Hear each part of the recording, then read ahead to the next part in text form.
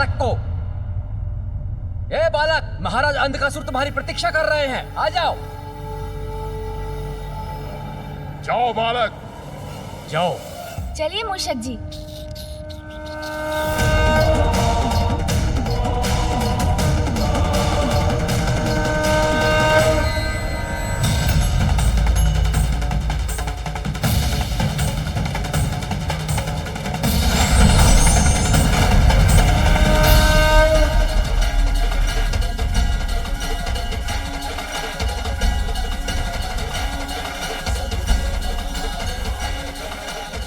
पदचिन्ह, ये तो मामी जी लक्ष्मी जी के पदचिन्ह प्रतीत हो रहे हैं। मामी जी, मुझे यहाँ की समृद्धि देखकर आपकी उपस्थिति का भान हो रहा है। प्रतीत होता है अंधकासुर ने इसी कक्ष में मामी जी को स्थित किया है। मुझे देखना होगा। गणेश पुत्र गणेश आ गए। प्रणाम मामी जी। कल्याण हो पुत्र, तुम्हारे मामा जी तो कुशल है ना? मामा जी तो आपका ही स्मरण करते हैं।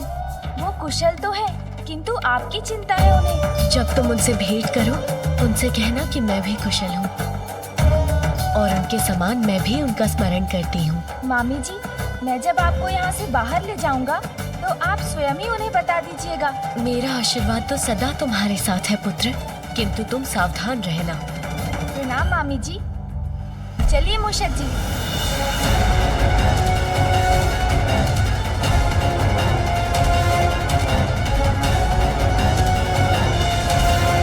क्षमा याचना लेकर आने वाला ये बालक कहाँ चला गया? कहीं वो मेरे भवन की भव्यता में तो नहीं खो गया?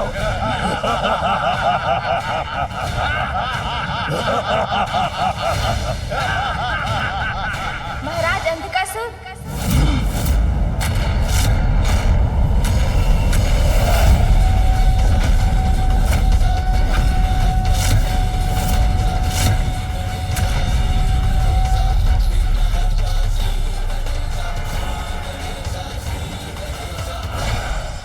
ठहर जाओ बालक।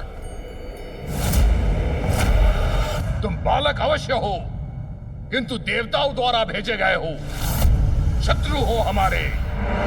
तुम महाराज से जो भी कुछ कहना चाहते हो वहीं स्थिर होकर कहो, आगे मत बढ़ो।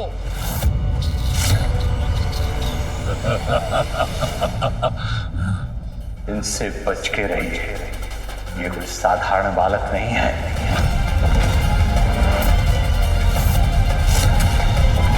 महाराज अंधकासुर, मैं आपसे वार्ता करने आया हूँ। मुझे तो लगा था कोई देवता आएगा मुझसे वार्ता करने, किंतु ये तुच्छ गजमुख बालक, इसे क्या कहूं मैं?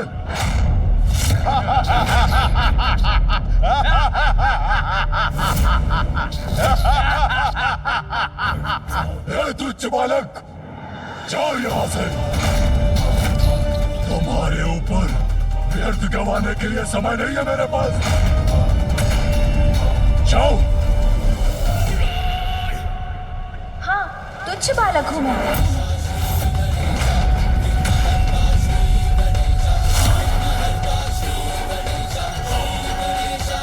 वही तुच्छ बालक हूँ मैं जिसने महाबलशाली सिंदूरा का वध कर उसके रक्त से स्नान किया था।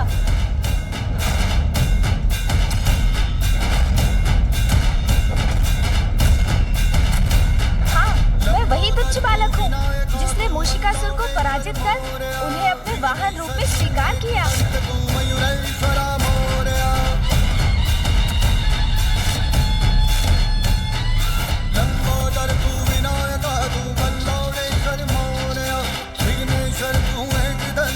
मैं वही तुच्छ बालक हूँ जिसने कुबेर देव की नगरी को निगलकर उनके अहंकार को हरा था।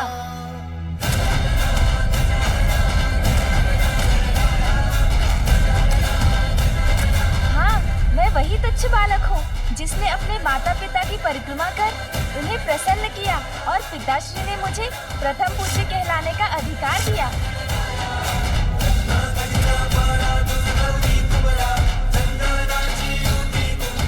अवश्य, मैं वही तुच्छ बालक हूँ जिसे देवताओं ने भी प्रथम पूज्य देवता का स्थान दिया है।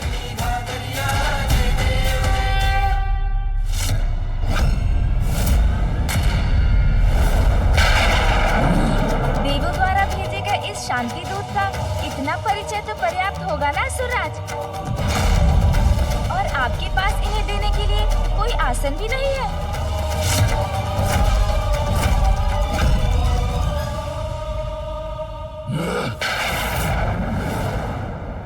तो फिर यही उचित है कि मैं अपने आसन का प्रबंध स्वयं ही कर लूं। मूषक जी, तेरी भक्ति का वरदान है, जो कमाए वो धनवान है, बिन किनारे की कश्ती है वो, देवा तुझसे जो अनजान है। यूं तो मूषक सवारी तेरी, सब पे है पहरेदारी तेरी, पाप की आंधियां राख हो, कभी ज्योति न हारी तेरी, अपनी तकदीर का वो खुद सिकंदर हुआ रे, खुद के ये जहां रे, जिस किसी ने यहाँ रे, साथ पाया तेरा हे देवा, श्री गणेश देवा, श्री गणेश देवा, श्री गणेश देवा, श्री गणेश। तनिक विचार कीजिए अंधकासुर जी, कैसे भीषण अपराध कर रहे हैं आप। जगत पिता और जगत माता का अपमान किया आपने। सृष्टि के पालनहार नारायण की सहभागिनी जगत माता लक्ष्मी को भक्ति से छलकर बंदी बना लिया। अधर्म है, भक्ति की मर्यादा का उल्लंघन है ये। आप अपनी भूल को सुधार लीजिए। माता लक्ष्मी को पुनः उनके स्थान वैकुंठ जाने दीजिए। स्वर्ग एवं अन्य लोगों को श्री युक्त होने दीजिए। अन्यथा ये तुच्छ बालक प्रथम पूज्य गणेश आपको चेतावनी दे रहा है। परिणाम अत्यंत भयंकर होगा अंधकासुर जी। देवताओं की ये गीदड़ भपकी मुझे मत दो तुच्छ बालक, जो स्वयं श्रीहीन हो चुके हैं, वो भला मुझे क्या चेतावनी देंगे? हाँ? अंधक हूं मैं, अपनी इच्छा से किसी को भी बंधक बना सकता हूँ। समझे तुच्छ बालक?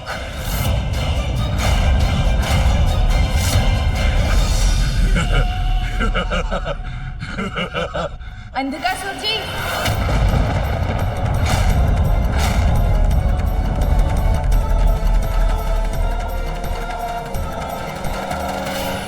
इतना समय बीत गया, गणेश अभी तक लौटा क्यों नहीं?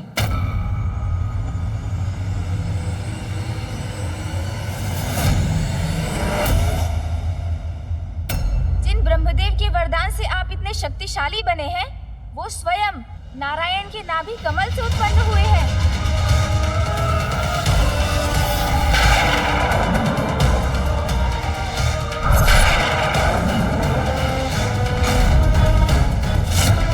वो नारायण जिनके चरणों से मां गंगा प्रवाहित होती है, जो संसार के कण कण में व्याप्त है। ऋषि मुनि जिनकी आराधना कर भव सागर तर जाते हैं। अपने कपट से उन्हीं नारायण की पत्नी को उनसे विलग कर दिया आपने। उचित तो यही होगा कि आप अपनी भूल सुधार लीजिए।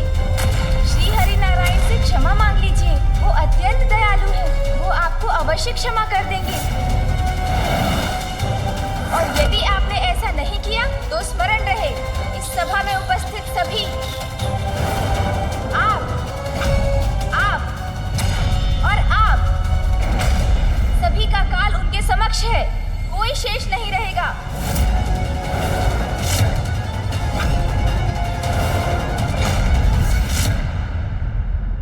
यदि नारायण अपनी पत्नी का साथ पाने के इच्छुक है, तो स्वयं यहाँ आकर मिले मुझसे।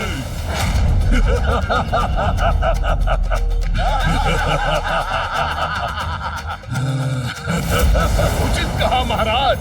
जा बालक, जाकर कह दो अपने नारायण से, वो स्वयं यहाँ आकर पाताल में स्थित हो सकते हैं, मेरे राजभवन में।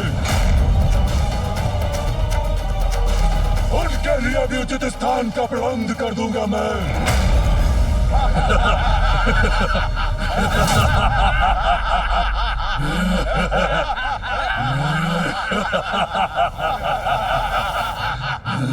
बस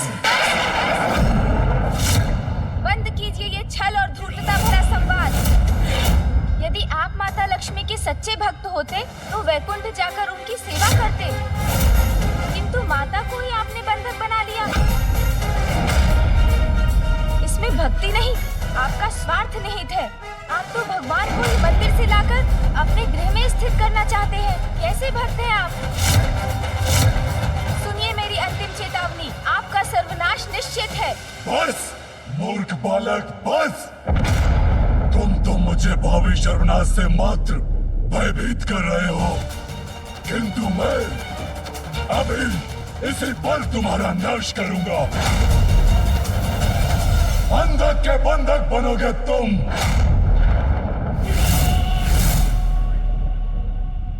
बंदी बना लो इस तुच्छ बालक को और इसकी लक्ष्मी माँ के साथ इसे स्थित कर दो।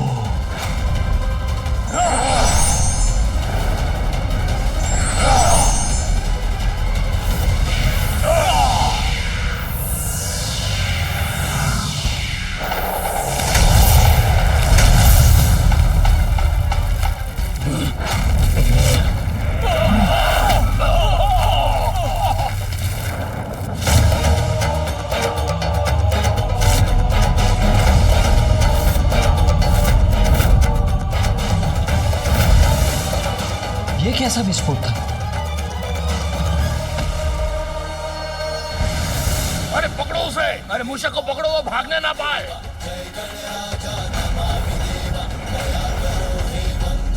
इस रक्षा सूत्र के रूप में मैं सदैव तुम्हारे साथ रहूंगी। मूषक जी,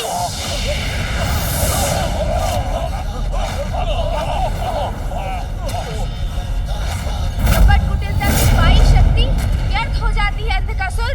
आवश्यकता के समय कोई लाभ नहीं होता उसका, अपितु वो शक्ति ही क्षति का कारण बनती है। आपका सर्वनाश अब निश्चित है, किंतु मैं यहाँ से अकेला नहीं जा रहा हूँ। यहाँ की सुख शांति अपने साथ ले जा रहा हूँ। अब नाश होगा आपका अंधकासुर, नाश। स्मरण रहे। जो हुआ सर्वथा अनुचित हुआ। हमें सतर्कता से स्थिति को नियंत्रित करना चाहिए था।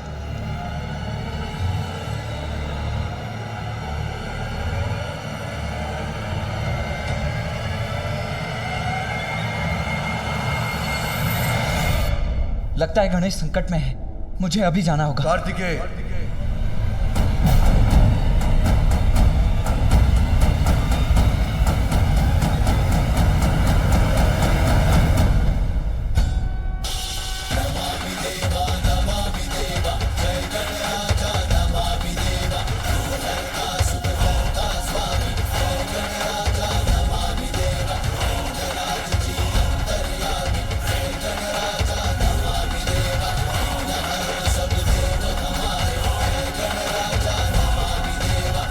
अर्थात गणेश सुरक्षित है।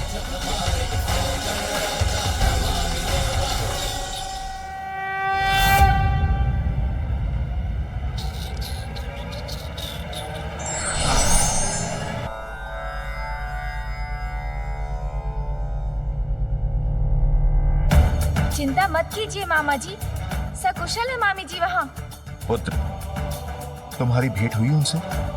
नहीं, भेंट संभव नहीं थी, क्योंकि अंधकासुर ने माता के कक्ष को कड़ी सुरक्षा में रखा है। हाँ, किंतु उनसे मेरी बात अवश्य हुई मामा जी।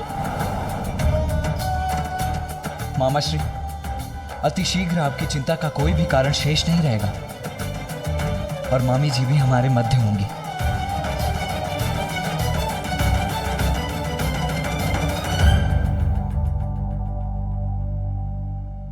श्री गणेश जी, क्या अंधकासुर आपकी बात मान चुका है? क्या वो माता को मुक्त कर इस महायुद्ध को टालने के लिए तैयार है? अभी तक तो नहीं देवराज। मैंने तो पहले ही कहा था, ये संधि वार्ता समय व्यर्थ करने के समान है। समय व्यर्थ नहीं हुआ इंद्रदेव।